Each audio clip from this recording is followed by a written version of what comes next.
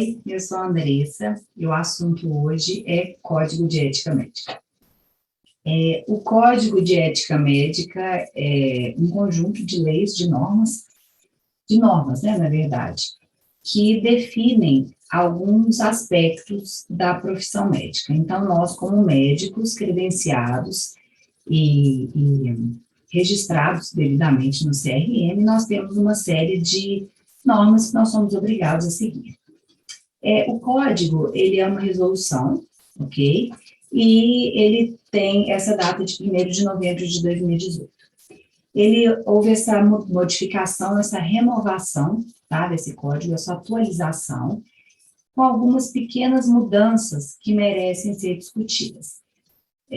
Todos os médicos, eles devem ler, tá, esse código todo, e ele vai versar sobre os nossos direitos e deveres durante a profissão.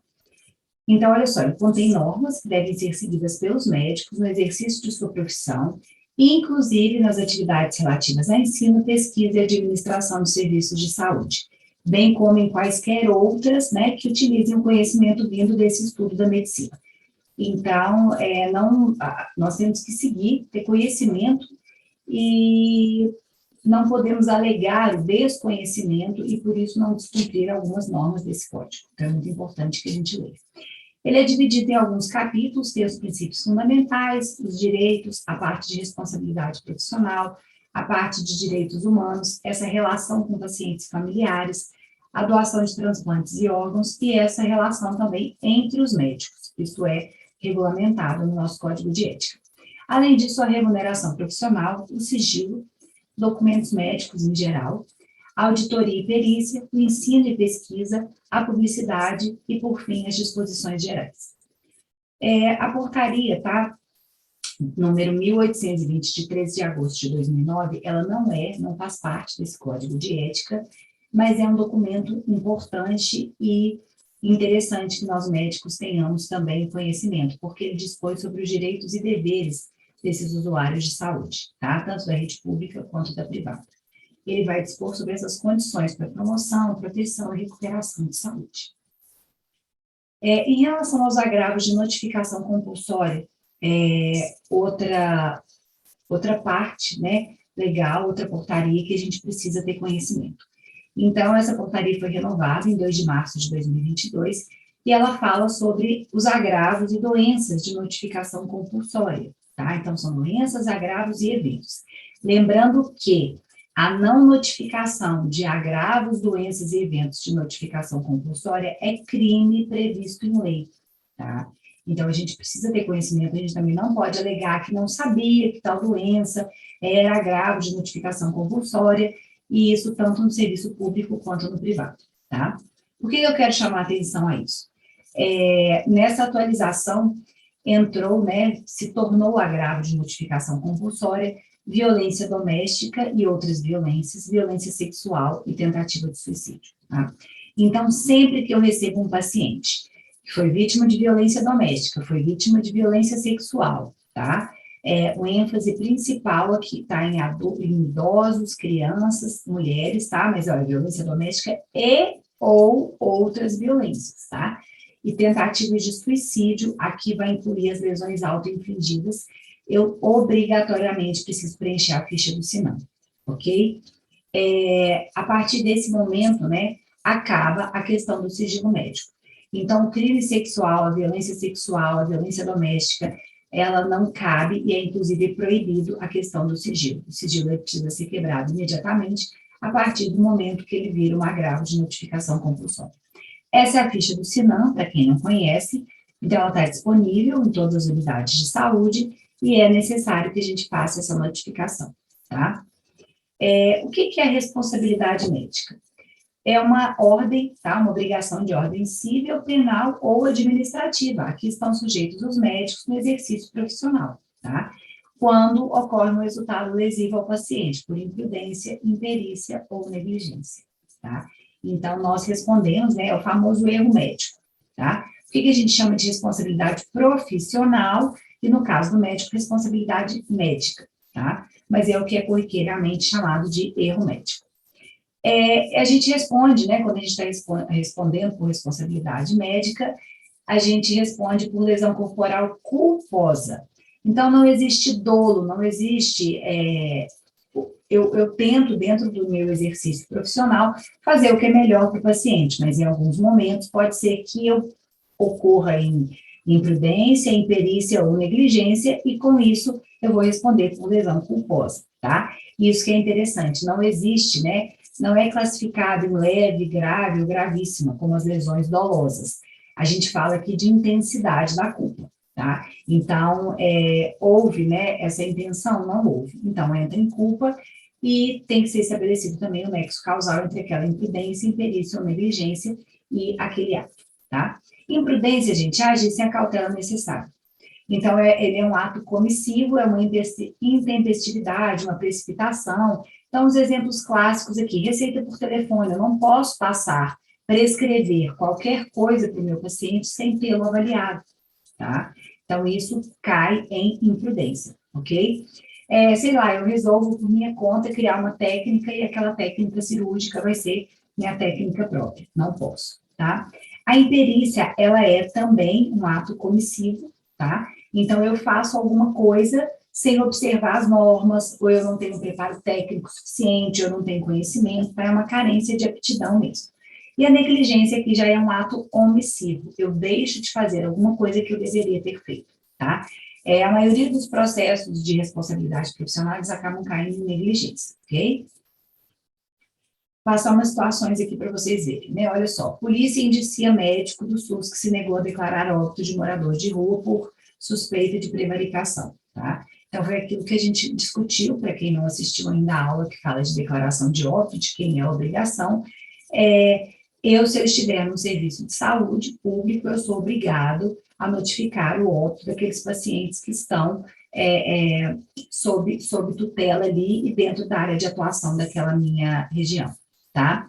O crime, tá vendo? O que é o crime de prevaricação, tá? Esse crime cometido por funcionário público quando indevidamente este retarda ou deixa de praticar um ato de ofício, tá? Então, é importante, né, a gente ter essa noção. Olha só, entra em vigor a lei que obriga a notificação de violência contra a mulher em até 24 horas, tá? Então, é uma lei de 10 de março de 2020, é uma lei nova. Então, o que acontece? Os serviços de atendimento, além da obrigatoriedade da notificação compulsória, como a gente viu que a partir de 2018 começou a ser obrigatória, é importante, né, e obrigatório que os serviços públicos ou particulares, tá, tanto faz, não existe, então, mais sigilo, tá? Eles têm que notificar os centros de vigilância epidemiológica e comunicar às autoridades policiais em até 24 horas, tá? Existe essa discussão aí da perda da autonomia feminina, etc., etc., mas nós estamos vivendo um momento onde realmente a gente está resolvendo abolir de vez essa violência contra a mulher, a violência sexual, tá? Então, aqui inclui a violência sexual. Então, o médico, ele tem obrigação, tá? O médico assistente, além de preencher a ficha do SINAM, ele precisa fazer uma comunicação em até 24 horas para as autoridades policiais, inclusive fornecendo prontuário médico, tá? Olha que interessante, aí a gente fala assim, nossa, mas aí eu vou colocar aquela mulher numa situação de risco, isso e aquilo. O que acontece? Também entrou em vigor, tá? O que a gente chama de medida protetiva de urgência. O que é essa medida protetiva de urgência? O agressor, tá vendo? Olha só, havendo risco à vida ou à integridade ou aos seus dependentes, o autor da violência será imediatamente afastado do lar, tá? E o que acontece? Não precisa ser necessariamente o juiz, tá? Ou o delegado, que vai ser o responsável por essa medida protetiva. Em local onde não há o delegado e onde não há o juiz, tá? O próprio policial militar ou outra autoridade, ele está autorizado a determinar essa medida protetiva de urgência, tá? Então, a gente consegue, desse jeito, proteger a mulher e, ao mesmo tempo, garantir que esses crimes, né, sejam banidos de vez, tá? Então, é interessante a gente saber isso, que além, né, não existe, repetindo, sigilo em relação à violência contra a mulher, violência contra a criança, idoso, outros tipos de violência, tá? E nem violência sexual, é agravo de notificação compulsória. E, além disso, quando tem violência contra a mulher, a autoridade, né, o médico, né, assistente, ele tem obrigação de encaminhar essa denúncia em até 24 horas, né, fazer a ficha do SINAM e encaminhar isso para a autoridade competente. Olha só, gente, é crime, tá? Deixar de comunicar à autoridade competente, crime de ação pública de que teve conhecimento no exercício da medicina ou de outra profissão sanitária, desde que a ação penal não dependa de representação e a comunicação não exponha o cliente a procedimento criminal. Isso é uma coisa interessante, né? Quando a minha quebra de sigilo vai expor o meu paciente a um crime, então, se eu matei alguém, eu vou lá e falo isso para o médico é obrigado a guardar o sigilo, tá? Ele não pode. Agora, no caso de, né, se o crime for de ação pública, então o que é crime de ação pública? Homicídio, violência contra a mulher, violência sexual, então são crimes que independem da vontade da vítima para ser investigado. Então, por exemplo, um homicídio, acontece um homicídio, eu falo, não quero que investigue, não existe isso. O homicídio vai ser investigado porque eles são crimes de ação pública, independente de representação. E a violência contra a mulher, a violência sexual, a violência contra a criança e contra o idoso, ela passou a ser também crimes esses crimes, né, passaram a ser crimes de ação pública, independente de representação. Então, é obrigatório que o médico faça essa denúncia, tá? Olha que interessante isso que eu falei para vocês, né? O que a Hungria fala? O segredo é devido pelo médico ao seu cliente e não ao seu algoz, tá? Então, o Hungria, ele traz aqui para a gente essa questão, né? Quando a minha quebra do sigilo, ela vai levar o meu paciente, né, a ser incriminado, eu não posso quebrar esse sigilo, a não ser que seja, né, que eu seja intimado, alguma coisa, enfim, tá? E olha só o artigo 269, tá, do Código Penal. Deixar o médico de denunciar à autoridade pública doença cuja notificação é compulsória, tá? Detenção de 6 meses a 2 anos e multa. Então, nós não podemos deixar de notificar violência contra mulher, idoso, criança e violência sexual e outros tipos de violência, ok? Que se a gente incorre em crime, tá? Então, né, tá vendo? 24 de novembro de 2006 foram estabelecidas as doenças de notificação compulsória e desde fevereiro, né, de 2020, teve esse adendo em 2018 e em fevereiro de 2020 também houve uma outra portaria, lembrando que as violências domésticas, violências sexuais, né, tentativa de suicídio são agravos de notificação compulsória, tá?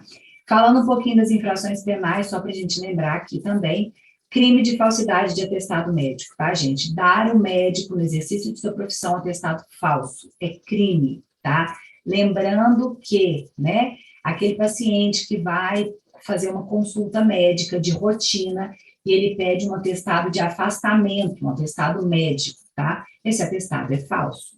Se aquele paciente for fazer uma consulta de rotina, ele vai receber uma declaração de comparecimento. Se ele está doente e não consegue, né, exercer suas atividades laborativas, ele vai receber um atestado médico de afastamento. Caso contrário, ele tem que receber um atestado, uma declaração de comparecimento, senão esse atestado é falso, tá? A gente vai discutir numa outra aula alguns casos para a gente colocar em prática toda essa teoria que eu apresentei.